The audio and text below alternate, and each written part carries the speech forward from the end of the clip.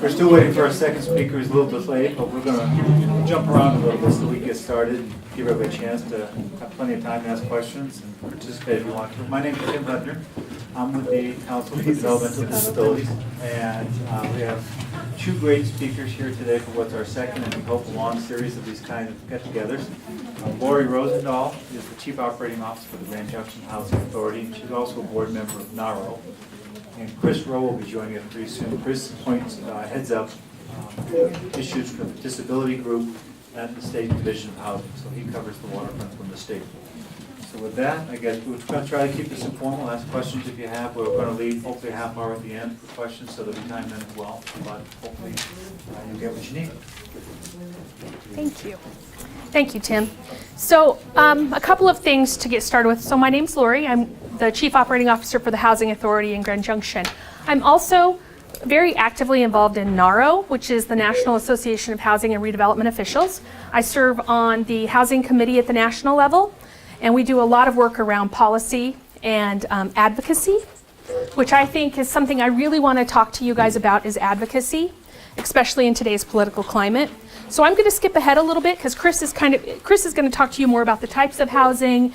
I'm going to talk to you a little bit about sequester and the impact that it's going to have on you and your ability to find housing for you or for your loved ones, anybody who has a lower income and qualifies for any type of housing, especially a housing choice voucher, which used to be called Section 8. Everybody knows what Section 8 and a housing choice voucher is. Does everybody know that they are like gold and that everybody wants them, right? So at my agency, I have been allocated or awarded about 1,100 vouchers. That's how many HUD says I get to have. However, they have only funded me for about 900. So over the last year, we have spent the year, and I'm going to be the bearer of bad news for you guys, and I'm really sorry. I'm always the bearer of bad news when I talk about vouchers. But we, over the year, we have reduced our allocation down, and we have spent every penny of reserves because at the beginning of the year, everybody knows what sequester is. Does everybody know what sequester is and what happened under sequester? And that all programs, all HUD programs, all government-funded programs took a mandatory cut. Our cut was 8%. The problem with that is we were already under severe cuts the previous 5 years. So every year HUD has, and it's not HUD, I keep saying HUD, but I don't want to blame them because they can only do what Congress tells them to do. And they are awarded a budget. So under the budget that Congress approves, we have been cut every year until this year was our largest cut at 8%. So for administrative fees, which is the fee that I get paid to run the program. Hi, Chris. I made it. Great. So I'm just giving them the bad news right off the bat about sequester. Oh, okay. And then you can come in and be the good guy. Oh, well, we'll see how that goes. So is my walking around going to bug you? Because I have a hard time standing still. Okay. I'm going to stand back behind you. Okay, and there's a chair there if you want it. So at the beginning of the year, again, we took this cut to our administrative fee. We actually are now only being paid 69% of what we're entitled to operate the program. So if you're hearing from housing authorities, we're overwhelmed, we don't have enough staff, we're sorry, we're not accepting applications, part of the reason is because they don't have the staff. And they are working at a 69% proration and have been at a prorated amount since probably 2004. I can't remember when the last time is we had full funding for administrative fees. And so just know that when a housing authority says that to you, it really is happening. It's really been tough. Our waiting list is closed. That's partially because I don't have any vouchers to give. We're out of funds, so we're reducing our ACC down. And I don't have the staff to continually put applications in the system and try to refer people and all of that kind of thing. So it's been tough. We've cut our office hours. I've laid off staff. And you're going to hear that that's happening at every housing authority across the state. I talk to a lot of them. I'm the vice president of NARO in Colorado, and almost every housing authority is experiencing the same thing. So the new news is, at least this is what I heard yesterday from HUD, is that we will be experiencing another 5% cut come January 1st. I expected that, I budgeted for it, but I was really hoping it wouldn't happen because I don't know how I'm going to sustain another 5% cut. All that means is that I can't issue vouchers, and when I can't issue vouchers, I can't keep staff because I'm only paid for the vouchers that are issued. So just know when you're talking to housing authorities that sequester is a real problem. What I say to you is I can stand with NARO in DC, I can go talk to all of my congressmen, and I do it all the time. I go to DC regularly, I sit in their office, I sit in front of them, and I tell them your stories. But it is much more powerful when it comes from you. I can stand there all day long and tell them how badly this is affecting your group, how badly it's affecting veterans, how badly it's affecting youth transitioning out of foster care, how it's affecting families with children. I can say it all day long. I'm a bureaucrat in their eyes. I'm just trying to keep my job. So I really encourage you to get out there and let people know how these cuts are affecting you and how important housing is. It's such a basic, fundamental thing that every person should have access to. How important it is to you and how much your families need it and how much you need it. So I really encourage you to do that. You guys have one good thing about Colorado. We have some great senators that are fighting for us. I can tell you, I talk to Udall all the time. He really does believe in affordable housing, as does Bennett. And then we've also spent some time with Jared Polis, and I'm sure that some of you guys are in his district. But who we really need to be reaching out to are those folks that aren't hearing from us regularly. And I really encourage you to do that. You can go to NARO's website and you can look at their advocacy page, and they have some already formulated letters if you don't know how to write your letter or what to say that you can take and kind of use to get yourself started. But I really encourage you to really take some action and really let folks, your elected officials, know how this is affecting you. So I'm going to come back and talk in a little bit, but I'm going to let Chris talk about the different types of housing. Okay, so we have two mics. This one that we're holding, Okay. and this one is for the recording. Way too complicated. Okay.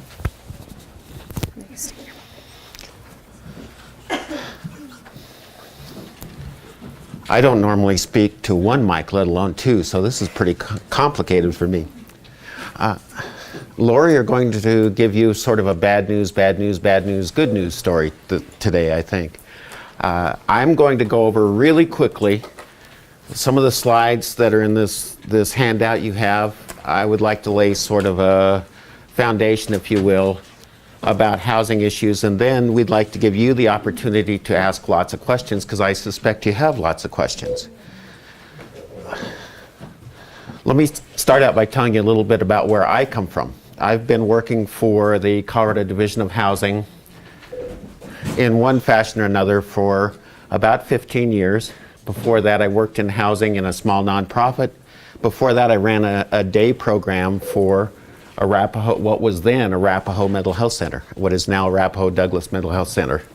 So I have sort of been in the service side and the housing side for a long time. My philosophy about housing is that we need to give people as much choice as possible. We need to give as many options as possible. And to that end, the programs that I have been involved in, we do a lot of Section 8 vouchers. We do very strategic project-based vouchers where the goal is to have people who need to get some housing experience and some history in housing under their belt before they can move on to tenant-based vouchers. And we work with about 50 local service providers who are contracted with us to make services available to people who are in housing. We think that that way of looking at permanent supportive housing is the best way to go.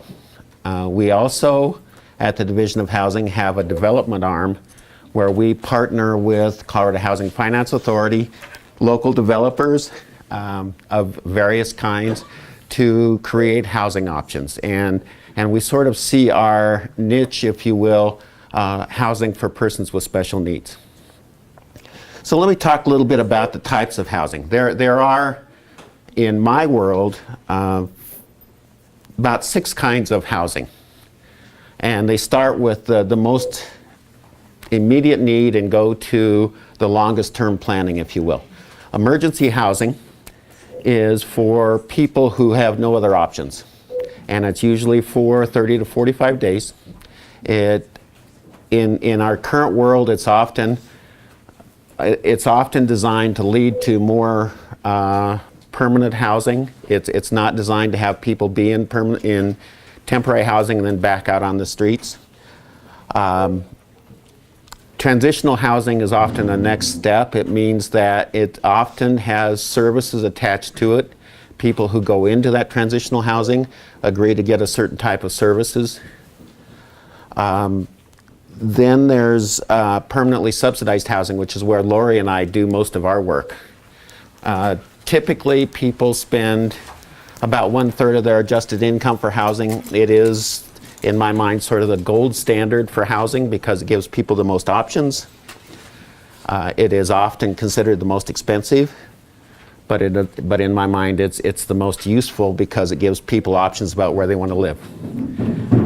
Section 8, people know it as Section 8 housing usually. Housing Choice Voucher Program is the newest name for it. Most of us still use Section 8. Then there is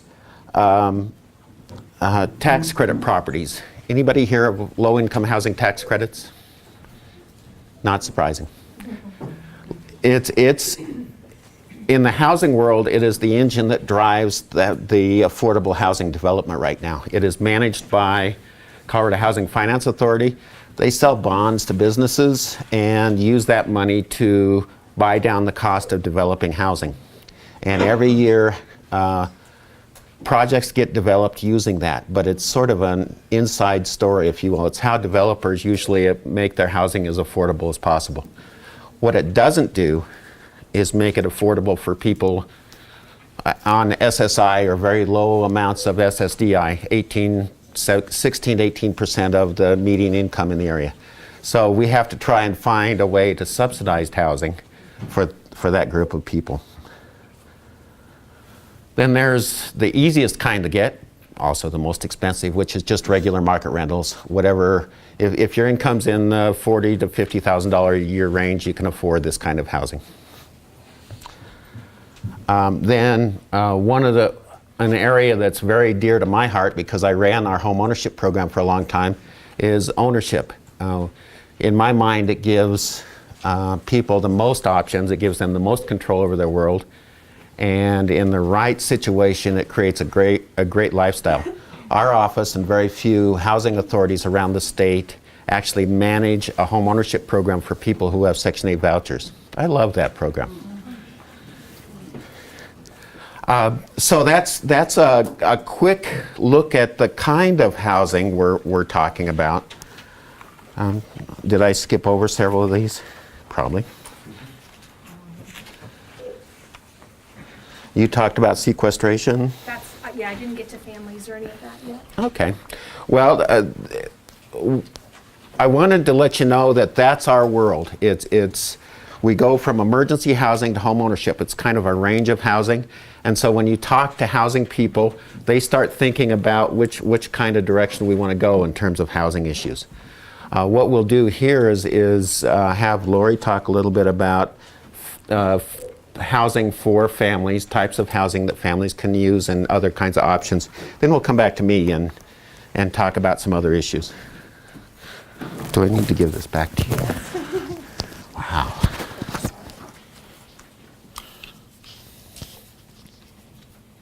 Like I said, two microphones is too complicated. Okay, so there was a question from someone who was going to be attending about families.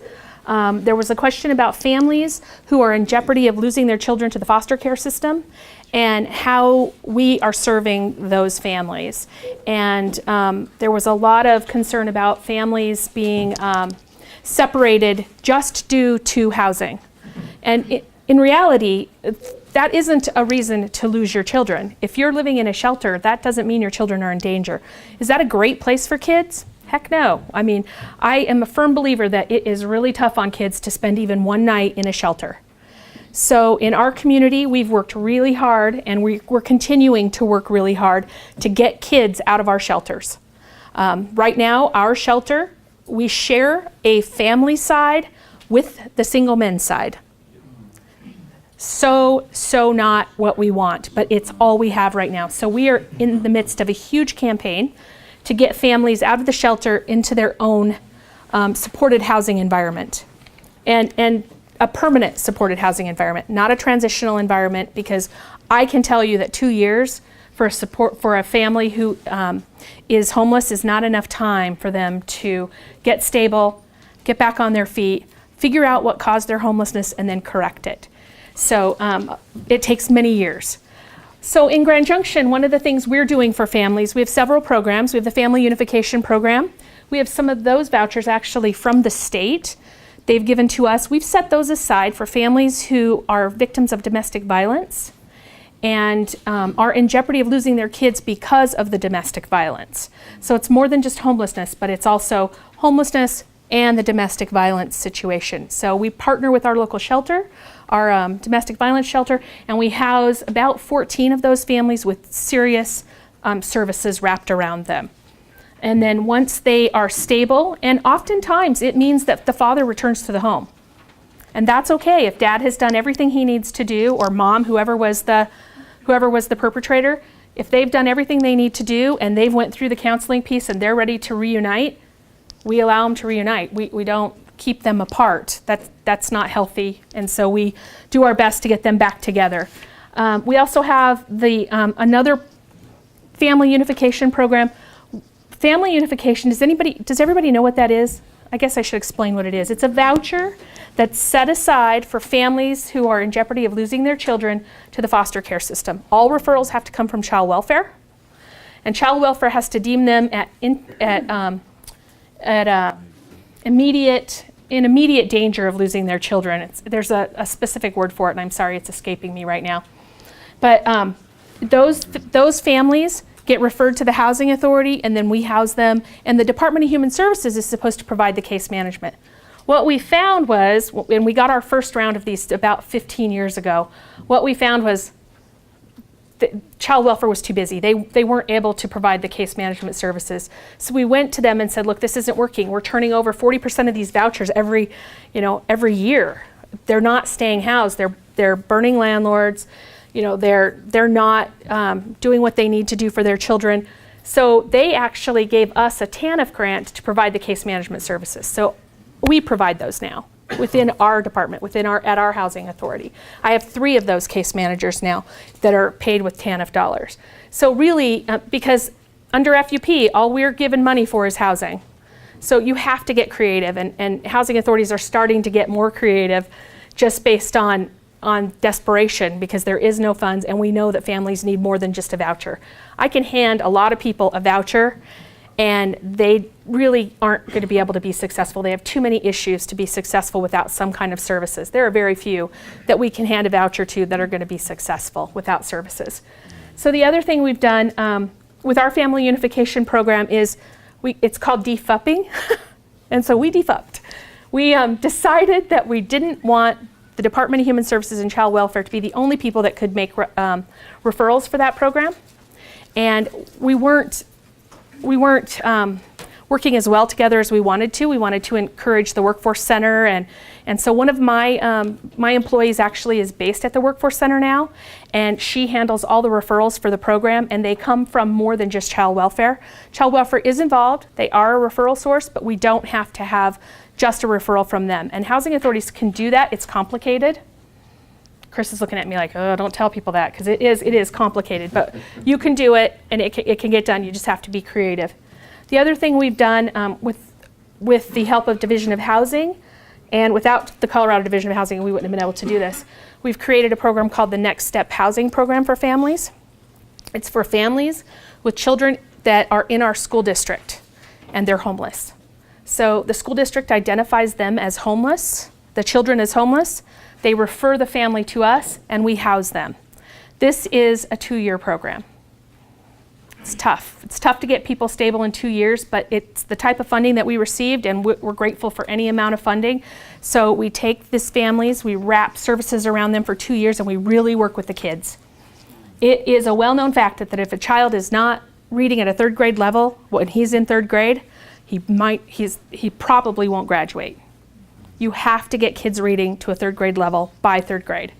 So we work really hard. We've got tutors that go into their homes and work with the kids and try to get them back to grade level, get them stable. We work with the families to really check on the kids, get in there, look at their grades, go to the schools, go to the parent-teacher conferences, and also don't move your kids out of the school that they're in. That's another reason that these funds, home funds, while they're a 2-year program, they're also so valuable because they can use them in their school catchment area. So wherever those kids are in school at that moment of their homelessness, we can keep them there. Because every time you move a kid, they lose 6 months of schooling. And you move 4 times, how hard is that going to be for you to graduate? So those are some of the things we've done for families. And that program also is we work with the Child Welfare Department to try to keep kids out of the child welfare system and out of foster care. So hopefully whoever was asking that question, I hope I answered it. It's really a matter of being creative. And I will tell you, Next Step has been replicated now in Boulder. We've been to Boulder and got them started, and now Jefferson County Family Tree is starting that program. I don't think they've started any housing yet, but they've got the funds and they're going to start it. So what else was I supposed to talk about? I think that pretty much. That was enough. Do you want questions at the end or now? You can do it now. It doesn't bother me any. Well, it's just where you are right now that comes to mind. Okay. Do they, the families who are in need or maybe homeless, can they only be identified by someone in the school system? Because, a lot of times they try to hide that from. You're absolutely right. So- No, and I'm glad you brought that up because they are actually, the school district is just one of our partners. They're the main referral source. But no, we also take referrals from the shelter, and we receive, this last 2-year program, we receive most of our referrals from the shelter. And you're right, they do try to hide the fact that they're homeless. One of the things I've heard from teachers about that program is that once, they know their kiddos that are homeless. I mean, those kiddos are coming to school not prepared. They're doing their homework in their car. They're doing their homework on the park bench at night or, in the shelter. They're not coming ready for school. They're not dressed, they're not clean, and they're taking up more time from that teacher. So that teacher has 27 kids in their class, and they're spending a lot of time with this one kiddo. What they're telling us is that once that kid is housed, that they can actually focus on the entire classroom. So it's a benefit to everyone to get these kiddos housed. Did I answer your question? Yes, Okay. that one. Oh, if you have another one, please ask. I do, okay. Okay, so I do case management, and you mentioned that the shelter is being shared with single men, the families are sharing that. And I'm finding that a lot of the single men that is being referred to me, some of them are felons. And so, it's tough enough finding housing without being a felon, but some of these are felons. Is there anything in place for felons? For single men in our community? No, not much. We have very little in our community now. Chris can talk about statewide. There's some other programs, but in our community, very little. We did just get 4 awesome state vouchers that we can use for anybody, and we're super excited. We are already housing one of our most chronically homeless single male, mentally ill, alcoholism, the whole 9 yards. I mean, this guy's really been tough, and we're able to house him with some state-funded vouchers, and I'll let Chris explain that. But in our community, there is very little. So our shelter on the men's side is full all the time. Now, we keep it separated. There's a small, it's separated, but it's not, it's just, everybody knows that's not a good place for kids, and we're trying to get them out. But when you have no other place, you take what you can get. Yeah. I'm just going to stand by you and keep it in my pocket. Follow you around. There you go. Lori sort of teased the good news part of our presentation here. There's not a lot that's available right now. Lori talked about sequestration. I don't know if you talked about what happened before sequestration. The housing organizations, especially those that serve people with the very lowest incomes, have faced a lot of cuts. The good news is that there's a lot of political will at the state level to try and do something.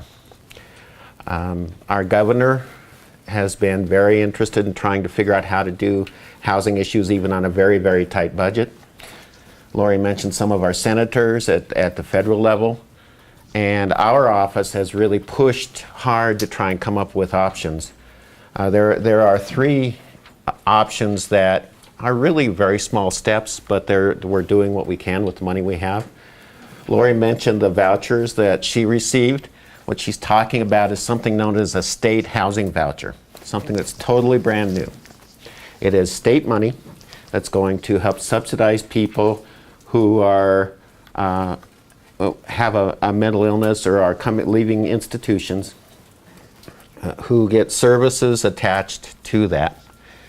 It's only about 160 subsidies, a very small number for the statewide, and we are providing those services to the mental health institutes and wherever we can to around the state, just a few around the state. In my mind, it's a signal. It's a signal that there are options and the conversation is open. We are also, I hope I'm not speaking out of turn here, we are also working with the healthcare policy and financing, and it's on part of the governor's budget to fund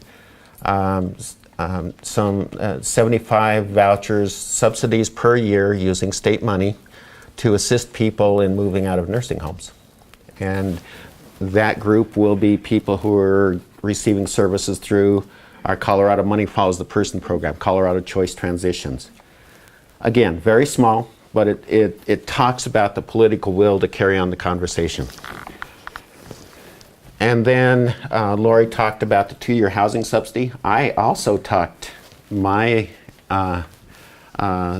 office into getting some of that 2-year subsidy available again for the Money Follows the Person program, because we know that there are options that come down the road. There is interest in such organizations as Lori's and other housing authorities to try and do something, but it takes time.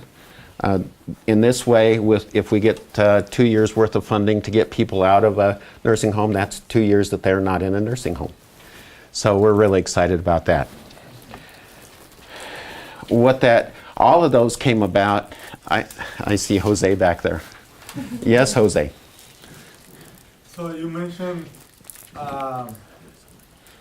services attached to housing, and that is always a scary thought. I have to be careful what I say. No, I just need to clarify that. Are there any obligations attached to that?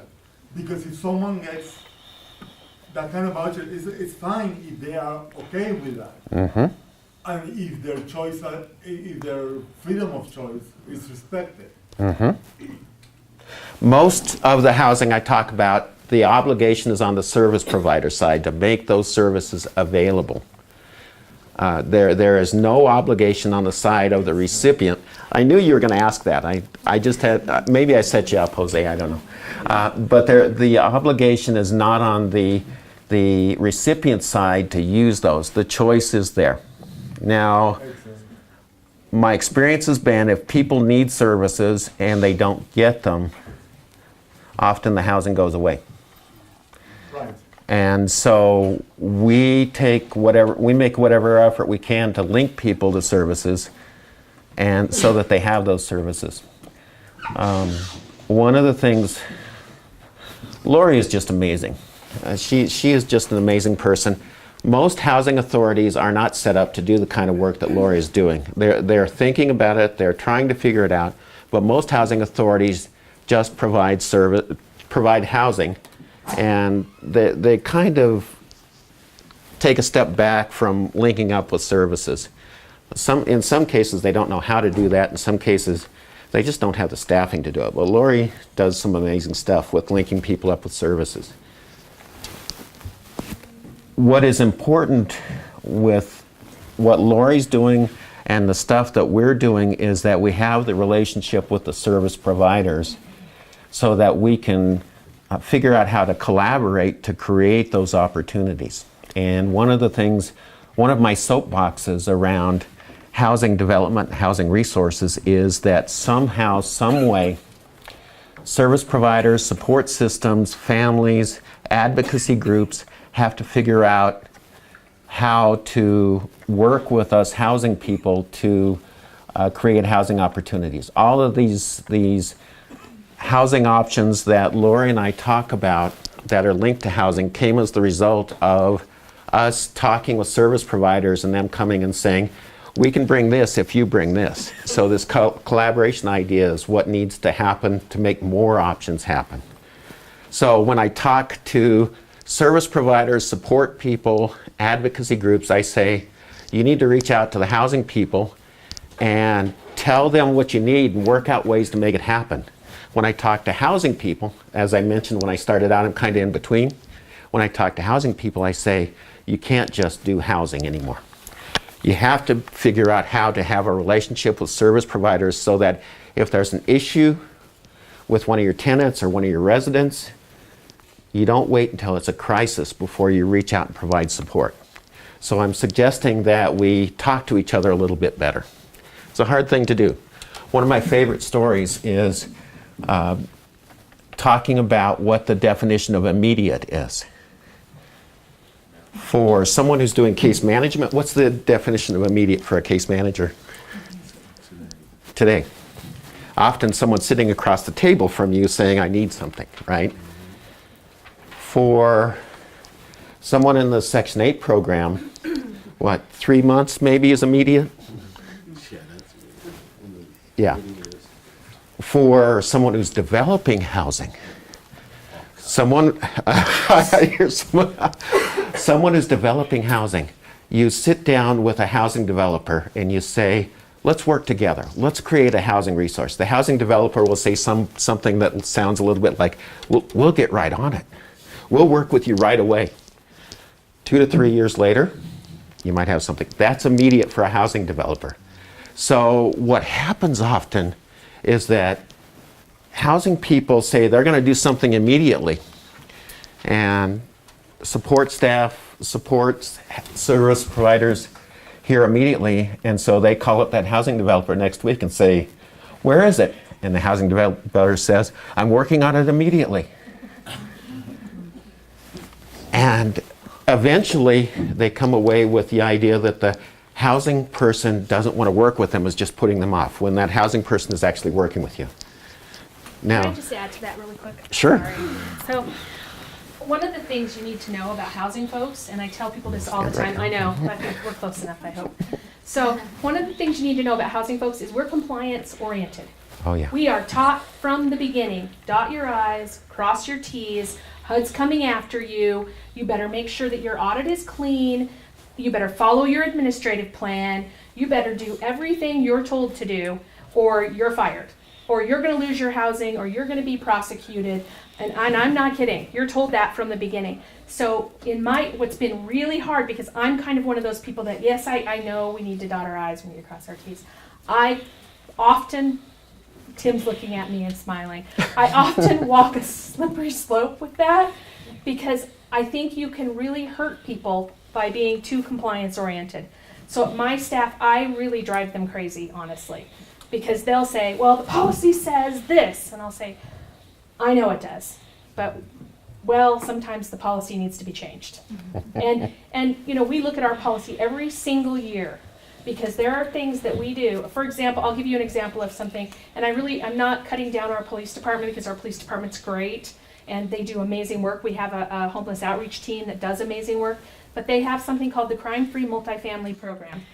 And they go around and they certify housing buildings, and they put up signs, and they have you sign this big long thing when you sign the lease. If you're poor and you live in an affordable housing project, and you sign it saying, I will commit no crime, none, okay?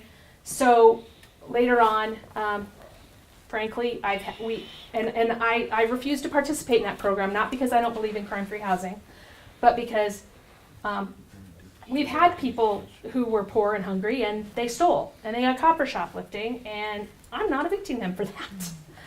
You know, I'm going to make sure that they go to court. I'm going to make sure that they do everything they're supposed to do, but there are certain times when the rules just can't apply.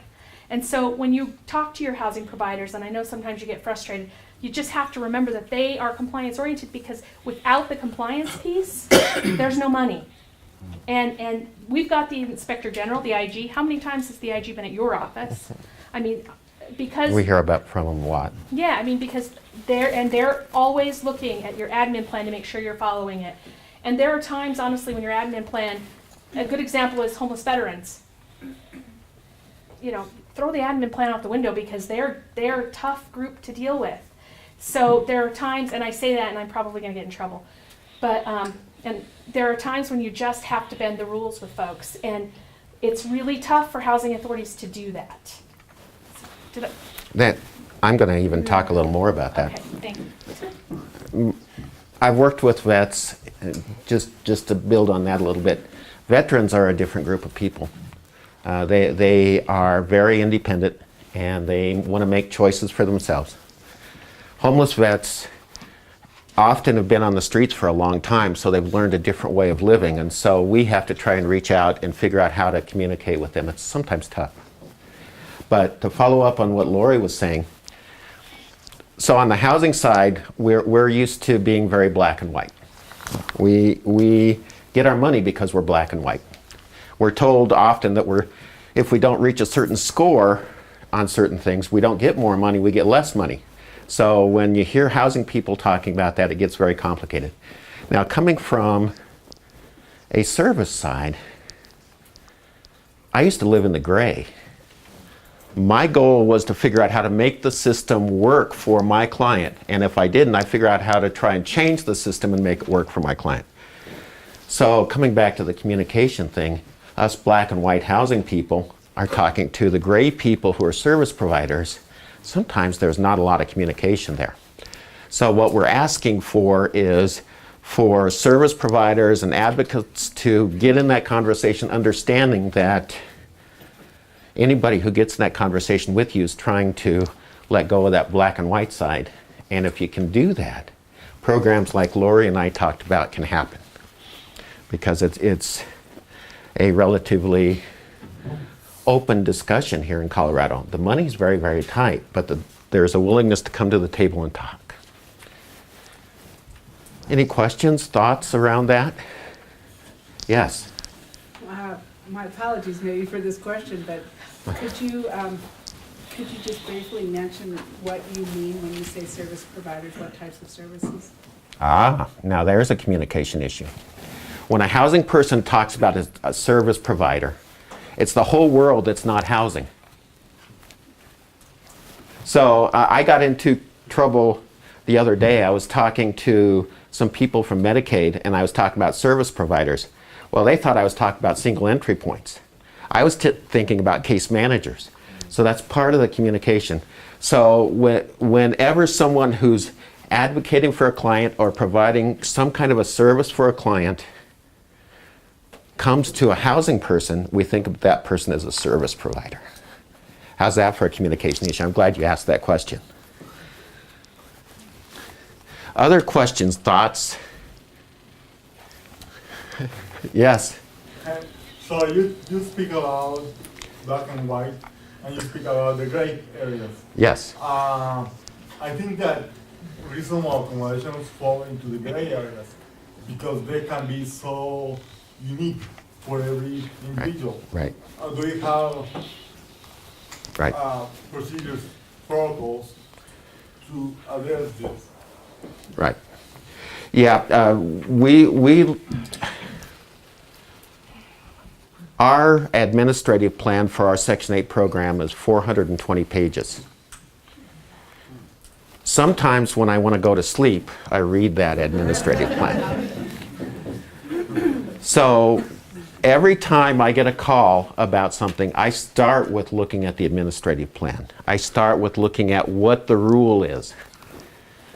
When I was doing case management, I started with what does my client need? Sometimes there are conflicts there, and it's important for us to try and figure out, as Lori does, what makes sense. Sometimes it's hard to get there, and it takes some conversation. But for housing people, most of the housing people I deal with, they want to have that conversation. Even though we start with that rule, that black and white rule, we want to have the conversation. And really, honestly, HUD is wanting us to have that conversation. Health and Human Services wants us to have that conversation. So many of us are trying to learn how, so help us learn how to have that conversation. Let me, other questions, other thoughts, comments? We have two in the back. You were first. I'm a disabled vet, so is my son. I Okay? live in a downtown high-rise building. I don't have a date, but they're getting ready to close down that building, do a raise and rebuild on it, kick everybody out, you know what I mean? Yeah. I've been trying to get out of that place for 4 years. I can't find anything. How am I supposed to get out of there? How, do you have any suggestions for me? I'm lost. Do you mind telling me which building you're in? Halcyon House. Oh. Yeah, everybody gets quiet. Well, the reason that I got quiet is I'm not sure what the answer is. The reason I asked for what building you're in is it depends on what kind of funding the building has. The building carries, everybody's got their Section 8 at the building. Right. That's where it stays, you know. I've been on Are they Section 8? the lottery every year. I've filled out all the paperwork. I've been. Can I just ask you a quick question? So it's a you pay 30% of your income for rent? Yep. And it's the voucher is tied to your unit? Yes. Okay, so if they really are going to do that, they have to opt out of their contract, and the housing authority will come in and take those, and you will be issued a voucher. That's a requirement. They can't just kick you out if it's a Section 8 contract. It's called opting out. They opt out, they give the voucher they give the funding basically to the housing authority, who gives you a Section 8 voucher to move. So are you in the Denver Housing Authority's catchment area? I would call them. Downtown Denver. And I know their Section 8 director, so if afterwards you want to give me your name and number, I'll call her and ask her. I'm actually going to see her tomorrow, so. Because they I'm the can't, tenant president. I got 200 residents that are like, absolutely, they You know. can't just do that. and they did the same thing to the building right down the street from us, and it was the same thing, and they didn't get their vouchers either. I mean, Oh, they should have, so, yeah, let me We'll talk talk to after them. the meeting. Absolutely, and can I just add to the reasonable accommodation discussion, because for a housing provider, reasonable accommodation can be a real headache, I have to tell you. I give out 2-bedroom vouchers to one person all the time. And what does that do to my waiting list? It means it doesn't move, because I can't house, for a 2-bedroom, I could house 2 1-bedroom families, but I can't do it because I'm issuing 2 bedrooms for exercise equipment. I'm issuing 2 bedrooms for oxygen and that kind of thing, which I'm fine with doing if there's a nexus. So when you're talking to housing providers about a reasonable accommodation, what they want to see is a nexus. And so they need to see what is the reasonable accommodation that you need, and what is the nexus to your request. What keeps you, what does that do to make you stay housed? And I will tell you that we are getting a lot of training on this, because HUD is starting to realize that, frankly, if I get a reasonable accommodation form that's signed by a doctor and the nexus is there, we grant it. Period, end of story. I just do. Because most of the time, they're legitimate. But we do have people that have used it to get extra bedrooms for equipment, and then we go out there and it's not set up that way. You know, they've got their brother living there or whatever. So it's really important that if you're going to ask for a reasonable accommodation, that you make sure you show that nexus. And every housing authority has a reasonable accommodation policy, and they have a grievance policy that they have to follow. So if you're denied, then you are entitled to go through the grievance process. for a reasonable accommodation. And that's a requirement under HUD. So if you're being denied that, you are allowed that. It is very important. I don't know what Housing and House is funded. If it's a Section 8 voucher, as Lori says, we are required as all housing authorities, if they shut down a building or shut down a program that is project-based in one fashion or another, are required to make that available. So Lori can talk to the Section 8 manager about that. Just a quick follow-up. I heard, talking to CCT people, from MFP or CCT, whatever you want to call it, that sometimes residential-based vouchers can become client-based vouchers. Absolutely. We run several. It depends again on the funding source.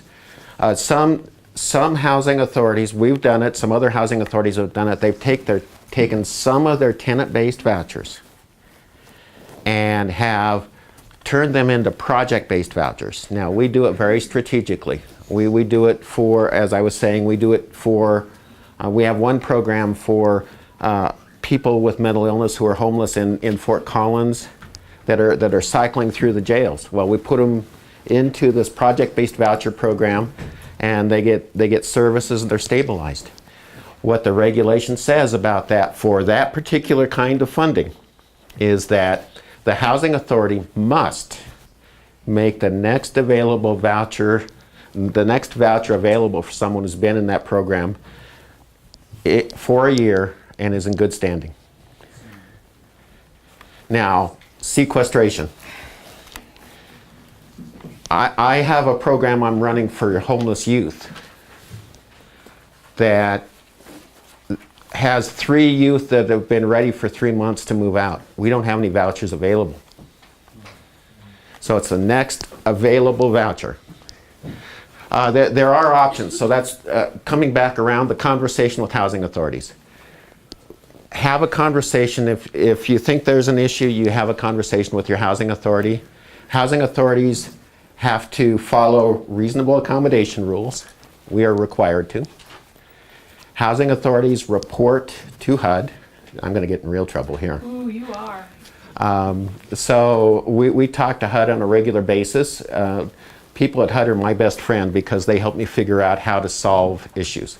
Did I do that well? We have a great HUD office here. I mean, nationally, our HUD office is one of the best. So, I mean, they're a great resource. And I know some of you have worked with Dan Gomez and some of those other folks. They really are pretty fantastic. So don't feel like you can't talk to them, or I mean, they're pretty decent.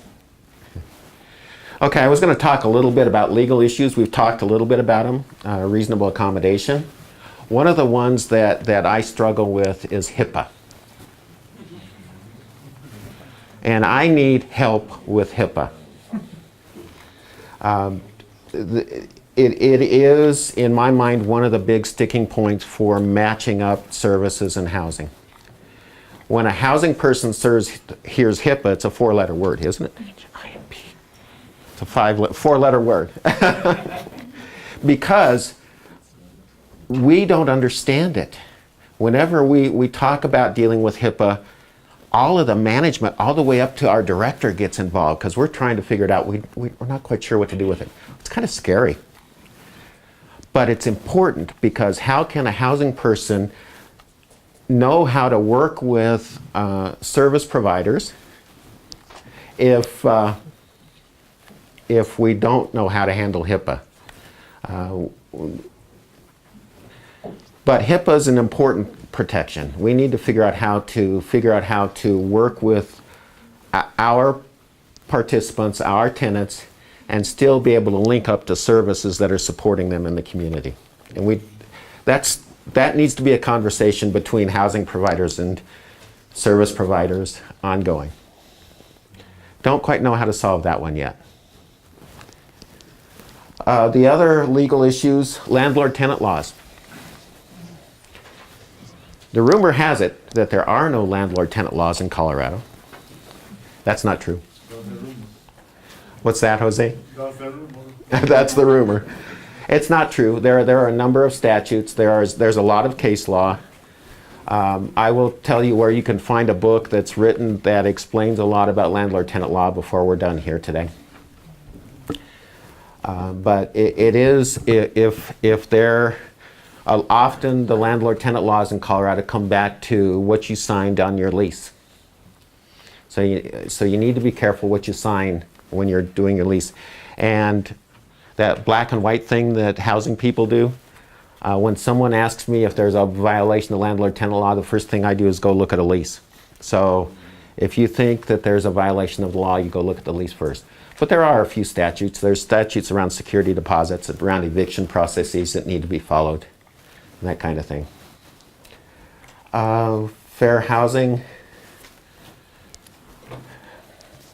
I will tell you where you can get information about fair housing. Fair housing itself and the Section 504 of the Americans with Disabilities Act, which drives some of what housing developers do, housing agencies do, is a big, complicated rule. There's some writing there. I can answer specific questions if you have fair housing, or I can decide not to answer them if I don't know the answer. But I will tell you where to get it. I have made the Fair Housing Office of HUD my best friend, and the Civil Rights Office at HUD, or not at HUD, at the Department of Justice, my best friend, because if I have a question about fair housing and civil rights, I'm not smart enough to answer them, so I go and ask people questions. So let me just finish up with the third to final slide on your page. It's about housing resources.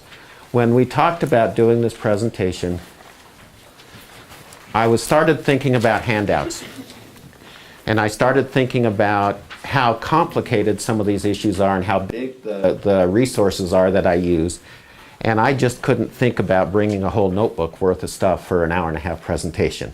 So I'm going to tell you where you can find this stuff. I've been working with Colorado Choice Transitions for a long time.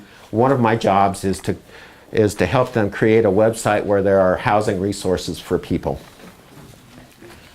So I can give you the address for Colorado Choice Transitions, but it's like 14 lines long. So what I would suggest you do is, if you want resources on fair housing, Americans with Disabilities Act, affordable housing resources, the emergency housing list, transitional housing list, and a lot of other things related to housing, you Google Colorado Choice Transitions and go to their housing tab. I've put a lot of stuff on there. There are a few other resources that I do use. I use the housingsearchcolorado.com. It has doubled in size in the last 3 months in terms of the number of units listed. It didn't used to have a lot of listings. It has a whole lot more. Partly because of the flooding. They were heavily involved in helping us deal with flooding issues, but they also have reached out to me and are very interested in helping out around housing issues for persons with disabilities. So we've been working to try and add to those lists, and we will continue to try and make that better. One way that I'm really excited about, because it's kind of a toy, is that we have an interactive Colorado map where you can click on a county, and my pocket's buzzing. And what we're going to do is we're going to link Housing Search Colorado, Public Housing Authority lists, transitional housing, emergency housing, and who knows what all, into an interactive map where people can click on a map. And in some cases in Metro Denver, they're going to be able to click all the way down to a city and get a single report that gives them all of that information. One of the things that struck me about housing resources when I first started looking into this is there was no one single place where people could go and look for housing. Even those of us in housing had to go look in multiple places. This should be a single place where people can go look. It's kind of fun. I'm looking forward to it. Well, last I heard it was going to happen December 1st. Oh. Immediately, within 2 years. No, it's, our IT is working on it, and Colorado Housing Search is working on it immediately. So that's pretty much our presentation. You have our contact information on the slide, but we wanted to give you a chance to have lots of questions, have a conversation, because both Lori and I like to talk with people. About housing especially. About housing especially. Yes. So when people have a question, they say, well, I need housing. So where is numero uno place they should go? The very first step that will then say, now you need to go here, now you need to go here. Okay. If someone is looking for housing, where's their first step to go looking? When you're saying they're looking for housing, I mean, if they are concerned for a variety of reasons about homelessness, about potential homelessness, Where do I look? where do I go first? And it would depend, I think, a little bit on who they are. So are they a veteran? Are they, because I will tell you, if you're a veteran, there's a ton of services, there's money out there right now for avoiding homelessness. So that money lies with the Volunteers of America, I think here, and I don't know, you guys probably don't call it Homes for All Vets, but it's the veteran service providers. There's They've lots of received a lot of money to keep people from being homeless. So they have money to help pay rent for a couple of months and that kind of thing. So And if you- depending on who you are, I mean, that's. So if one you're a resource. family with a child with special needs, Oh boy, the first place to go. You know, I would love to be able to say, go to your housing authority, but honestly, most waiting lists are closed. right. And there is no vouchers available. You know, and really, what really needs to happen, and I think Chris is, and the Division of Housing is really trying to do the single entry point stuff. It needs to happen for families as well, where you can go to one place, and we've been working on that in Mesa County as well, trying to find a way to get families. That's why I have an employee at the Workforce Center now, is when people walk in there, they can get access to our housing information. But we really do need to do a better job of having that one place that people can go to and get referred out. I don't know, do you have that here? I refer people to 211, and what that does is, in my mind, that's a very general search engine for you. You can start there. 211. You can either call 211, or I prefer to look at it online. So I go to Mile High United Way, and they can link you up to the 211 systems all over the state. That is good. When I've called them, they've connected me with United Way, and then they give referrals. It's 211 is a very large database of resources. They're not a specialist. They wouldn't be a specialist, but I start with them, and then I do my own research, and talk to people and follow up on leads. We had a question back here. I got a question about your map system thing. Ah, Will it be in Clear, or is there going to be a spot you can go to in, like in Clear Creek County?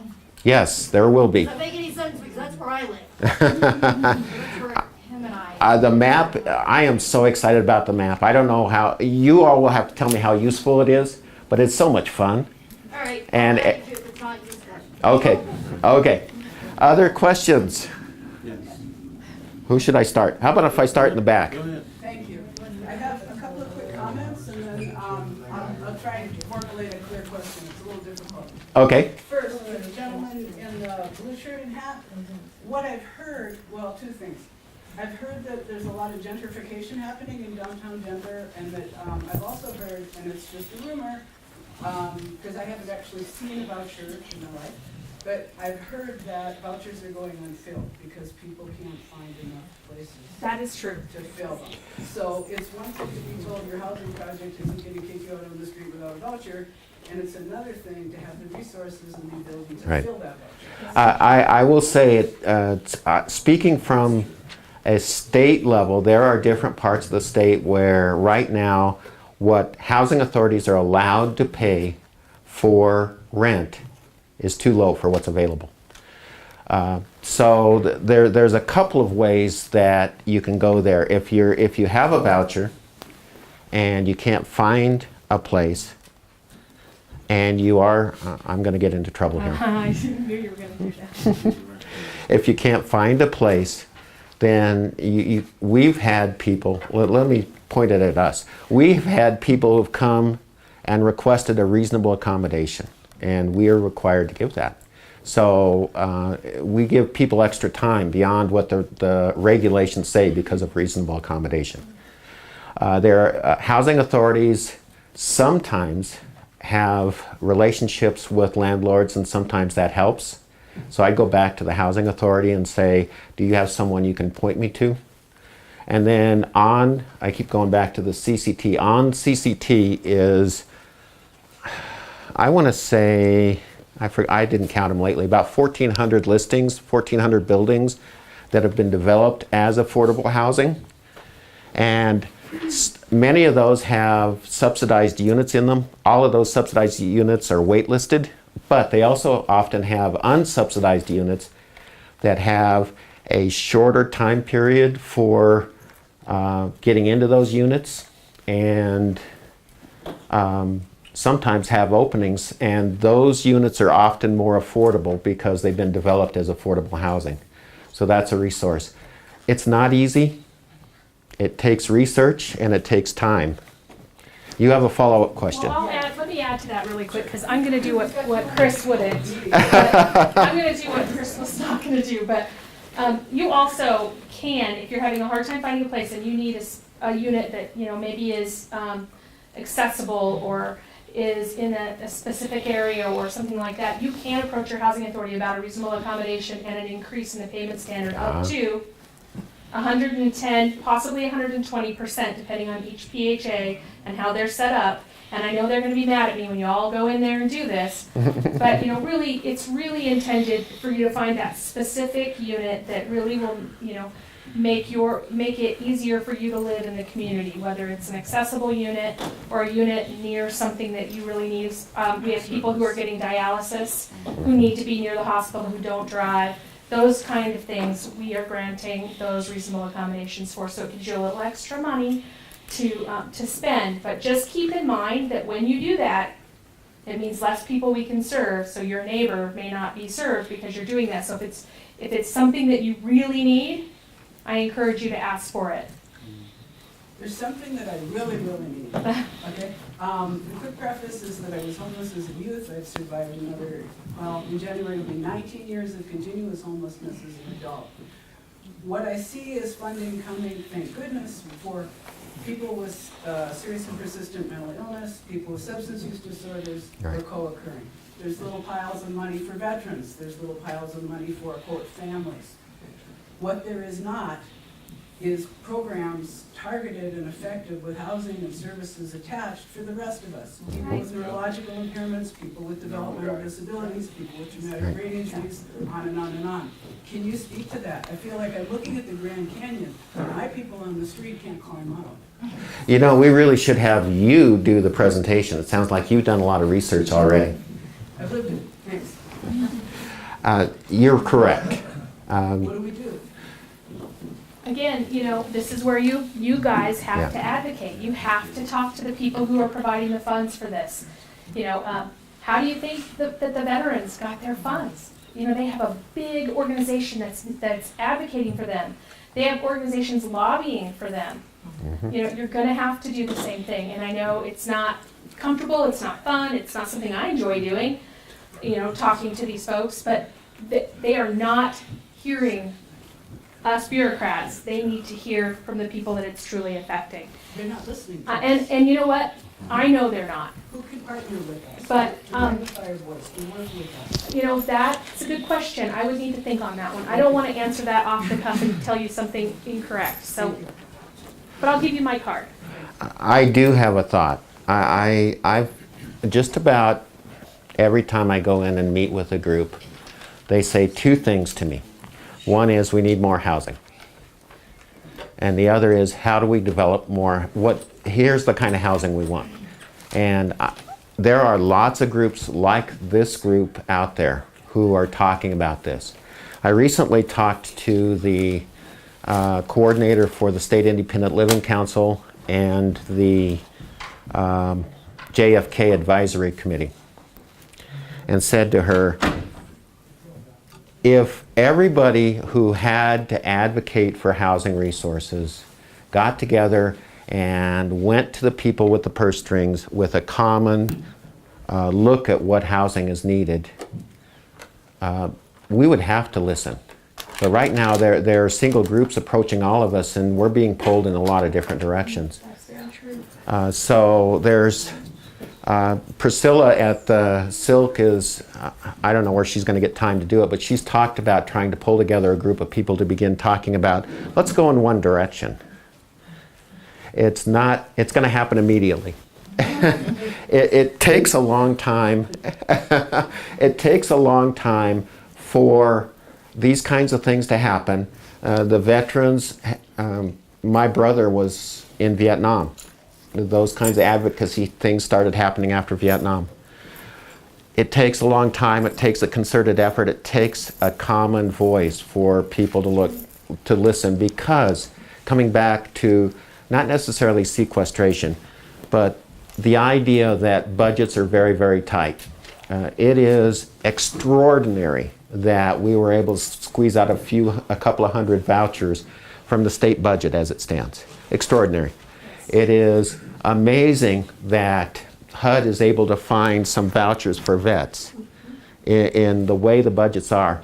And so when people with the purse strings have questions, they have to figure out who not to fund if they're going to fund something else. So when you go talk to someone, you need to make the case that this is very, very important. And here's my rather cynical look at it. We have to make the case, if we're going to create a new housing program, that it's going to save money or make money right now. We have to say, and we can say that in homelessness, we can say that for people who are in institutions, that it saves money. We have hard figures. If you can go to someone and say it's going to save money and can make a strong case for your situation, people start listening. This is the disability issue. You know, it's like, okay, if you have a mental illness, even if it's severe, you might recover. You know, you might be able to work. If you have some kinds of cognitive challenges or some other challenges, it's pretty well understood that you're not going to get hired, you're not going to get a job, you're not going to have money. There aren't programs for self-employment for us. So they look at us and go, just die, will you? It's cheaper. That's my sense. That's true. Out of sight, out of mind. That's right, just go back to the culvert you were hiding in to die, and we're not gonna provide services for you. They also aren't sharing pots of money. For instance, they don't understand that what it costs to incarcerate people, you know, and then stick us in, you know, an ER and move us from the ER to the jail, and then the jail back to the street. They don't understand that those are common costs to society, and they're not working together. There are figures that show that now. There are people who are making a case for the homeless population who have a disability and what it's costing the community. There's more of that, and that's making my job a little easier in terms of trying to find money. But go look at the Corporation for Supportive Housing, their website. I have. I've been talking with them for the last 5 or 6 years at national conferences. Good. Gets done. Good. Other questions? Yes. I have a question specifically related to maybe families with different needs. So in order to keep the family together, disabled parents with children under the age of 18 are often some of these facilities don't allow children under a certain age if they accept disabled housing. Can you speak to that? When you say facilities, are you talking a shelter or? No, I'm sorry, like a property. Okay.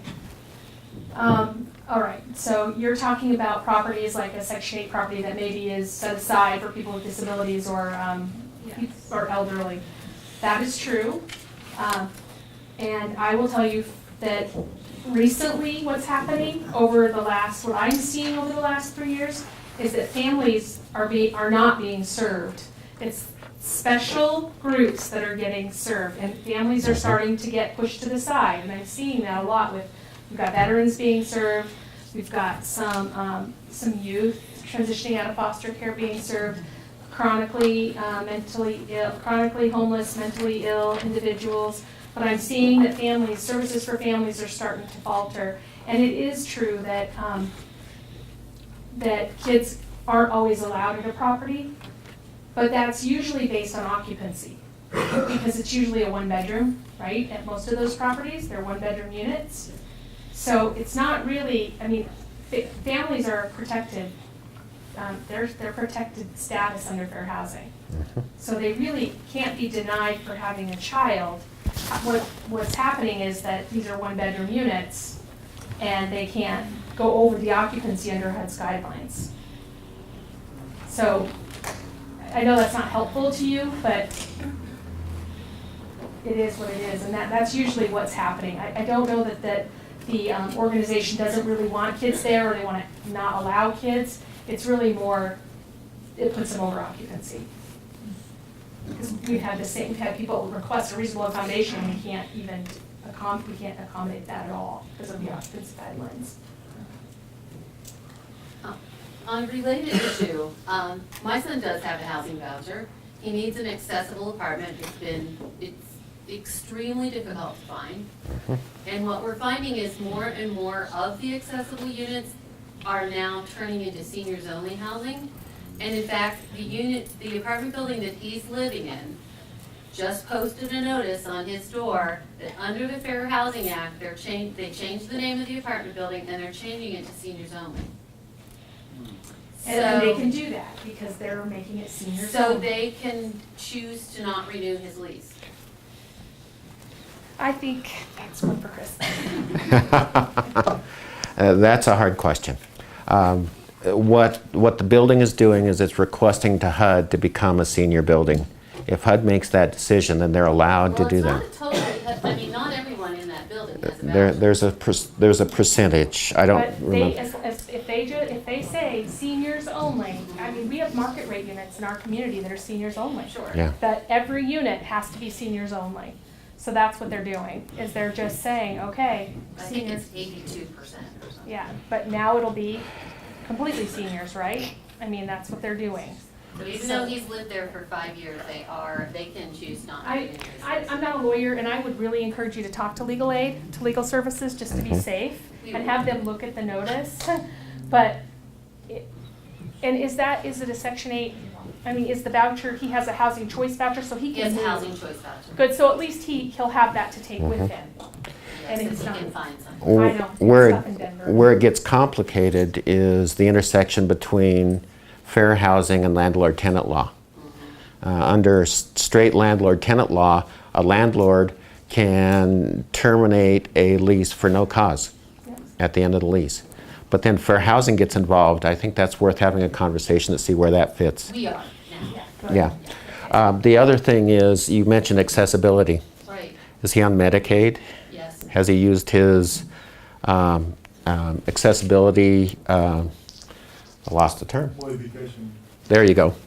No, They'll- I don't even know what that is. There's for people who are on an HCBS waiver. Well, he's not on a waiver. He's only on SSI. Well, it's worthwhile applying to be on a waiver then. Okay. Get on a waiver, and then there's a $10,000 lifetime amount that allows people to make their unit accessible. Okay. So he could find a place and they would help get it, modify it for his disability. Yep. What is the waiver itself? Well, and the other thing is, I heard a comment about getting on a waiver. well, Yeah, and homeownership also might be an option. I mean, you might talk to your housing authority if they have a homeownership program and see if he can't purchase something instead with his voucher. And That's- we've had to do that in our community because we don't have much in the way of. if he should not have his lease renewed, which is up in February, and is unable to find some place to live, what will happen? He doesn't automatically lose his voucher. Okay, that was my. Oh, no, you need to pay attention to the dates on that Right. voucher, and before it expires, request the extension and request a reasonable accommodation and an extension, and every time it's getting close to that expiration date, make sure you're in there requesting that reasonable accommodation and that extension again, In writing. in writing. And they'll have a form. We had to do that at the beginning. Yeah. It's- We have a lot of people Don't let it who expire. at times struggle for whatever reason to find a place right after they move out of their old place. And we're able to extend that voucher for a while. I've extended vouchers for over a year. I'm just saying, I'm Did not you actually saying- say that in public? Well, I Yes. always am in trouble, but, and I'm not gonna say that your housing authority would do that, but I have I done think it they would. because Yeah. I know that people with disabilities have a hard time buying a place. It's a necessity. The reasonable accommodation, we've joked a little bit about it, but the reason for a reasonable accommodation is to make sure that people who are in the protected classes, whatever they are, have equal access to our programs.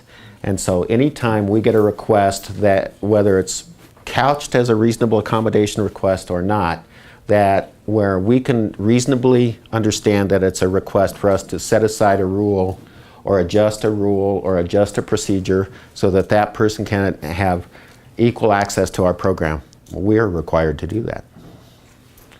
So, we have a hand back here. I'm very curious about what's going to happen with the housing that's been created for people that have been temporarily displaced by the flood issues and the fires, and whether or not those facilities will then be available for people that are homeless, and it's more of a permanent situation, such as veterans and people with disabilities and these special populations. If you haven't thought of it, please mention it to the governor. And let's see if we can't utilize that housing that's being provided Well, to service some of the people that are out there that have been homeless for a long time. I will ask that question of the woman that's right down the hallway from me, who's Right. managing some of our response to the flooding. I'll be curious to see what she says. I would appreciate that. Some of the people who were homeless from the flood, were already homeless. So, yeah, get in line, please. That, in working with FEMA, that created all sorts of complications. Because even though people who were homeless lost their whole lives, it was some definitions of housed say that they weren't homeless, they were homeless in the first place, so funding didn't happen. No, what I mean is some people in my homeless community in Boulder, were Right. displaced by the flood. Right. And then became Right. totally homeless, but feet Right. on the Red Cross went, get out of here, you're already homeless. Right. You don't deserve it. Yeah, I struggled with that one myself. I couldn't quite figure out what to do. I worked in Boulder, Longmont, and Weld County around that. I couldn't quite figure out what to do with all of that. So, let's see. We'll go to you, and then we'll go to you next. Yes. Okay, so is there anything in place for people with disabilities, especially developmental disabilities like Down syndrome or special needs that way, that want to transition from their parents' home? The question is there housing, I would assume, available for people with disabilities who are special needs who are transitioning from their parents' home? Yeah, from families. From families. And to be honest with you, I don't know of anything like that. There are, I mean, people can apply for Section 8 housing and get on a waiting list when the lists get open, and they have as much right to the voucher as anyone else. People can apply for any of the buildings that are subsidized, but there's nothing that's about that transition. What's this waiver that you were talking about earlier? HCBS waiver. Anybody know more about HCBS waiver than I do? Jose? If you have a disability, you can apply for a waiver for Medicaid. That gets you to a specific waiver. And all of HCBS waivers have this grant that is $10,000, as was mentioned before, that can be used only once to make a place accessible for a person with disability. But That's that's the someone only that- thing I do not know is if you can use part of it once and then another part, but I don't think you can have. Actually, you can. You get a total of $10,000. So you cannot use it more than once. Which generally is exceeded by 2 modifications. Exactly. The- Even if one thing modified, you're gonna use all that. But you would have already have a voucher, right? Well, no, this is for anybody, whether you have a housing subsidy or not, whether you own a home or not, you can do that. There are some other resources. We have the ability to provide a loan for low-income people to upgrade their housing of up to $25,000. It's a low-interest loan. Sometimes it can be deferred. The weatherization is certainly a resource. One of the things we're doing in our office is we're looking at ways to sort of use those resources, all of those resources and some of the local resources, so that people won't use all their $10,000 just for accessibility if they need some other things. So that's coming down the pike. That's going to happen immediately. So we'll count on that. No, that'll happen soon. We're having lots of discussions around that because we know that $10,000 is not a lot of money anymore. We had a question. Over here, I have a comment on that. Okay. Last question this guy here Okay. saying. There used to be a group called the Peak Parent Organization. I don't know if you're familiar with it or not. But what it helped me out was I had ended up going through them, and they had actually helped me find a home, transition to it, and everything. It's great. The thing that I had done though was a path plan. It's the greatest thing in the world. You're starting to get into things that I know nothing about. Yeah. As of right now, because Yep. I'm trying to find my own home. Okay. Don't worry, nobody But knows still. about that. Okay, a question back here. And then we'll go back there. So there. So I just wanted to make sure I'm on the right page here. So if someone's at the risk of homelessness and they have a voucher, they can't kick them out, they have to. Oh, we need to be clear about Is that. what- No. Do you want They to address have that one? go to housing authorities to extend until they find a place to live, Well, or? if they're already in a place, you're saying someone's in a place, Yeah, but like, for example, that they're gonna kick them out or whatever. so they're being evicted, Yes. their lease is being terminated, they need to get into the housing authority right away, let them know what's going on, take them a copy of the lease rescission or eviction or termination, whatever they've got on their door, and get a new voucher issued. The housing authority will issue them a new voucher. They'll issue it most of the time for 2 months. Sometimes they'll do 4, it just depends on the housing authority. For a person with disabilities, I just automatically do 4 months because that's what we're allowed to do. Then you'll need to go in right before it expires, every time, and request that reasonable accommodation and explain why you can't find a place. Don't just ask for the reasonable accommodation, explain what's happening. I need a place without stairs, or I need a place in a certain neighborhood because I'm having, dialysis or whatever. You have to be really specific as to why you can't find a place, and then ask for the reasonable accommodation to extend it. And then every time don't let it expire, because again, we're compliance folks, and if it's expired, a lot of housing authorities will not extend it. But that doesn't mean you get to stay in the place that you were. Right. Nope, it does not. It doesn't mean you get to stay there. You still have to move out if the landlord asks you to leave. There's some real basic landlord-tenant law in Colorado, but we don't have any really good, solid landlord-tenant law, so you really do need to talk to an attorney. Looks like we're over time. Sorry. Well, I did promise one more question in back, though. I just had more about the HCBS waivers. If you can get on one, which is very difficult, especially if you have developmental disability, because there are no open slots for those waivers right now, so there's a waiting list. Okay. Once you do get on an HCBS waiver, if you want to use any of that home modification money, you have to already be living in the unit. And for Medicaid to work through that process, it takes usually 2 to 3 months. So the unit has to be accessible enough for you to at least get in and out of it for those first 2 or 3 months that you're living there. Okay. Good to know. Yeah, Thank you. we understand that as a barrier. The concept is you have to be in a unit before you can make it accessible, has to be accessible before you can get into the unit. Kind of a catch-22. So we're looking at how we can help that along, and that'll happen at some point. We had one more question that we're going to take.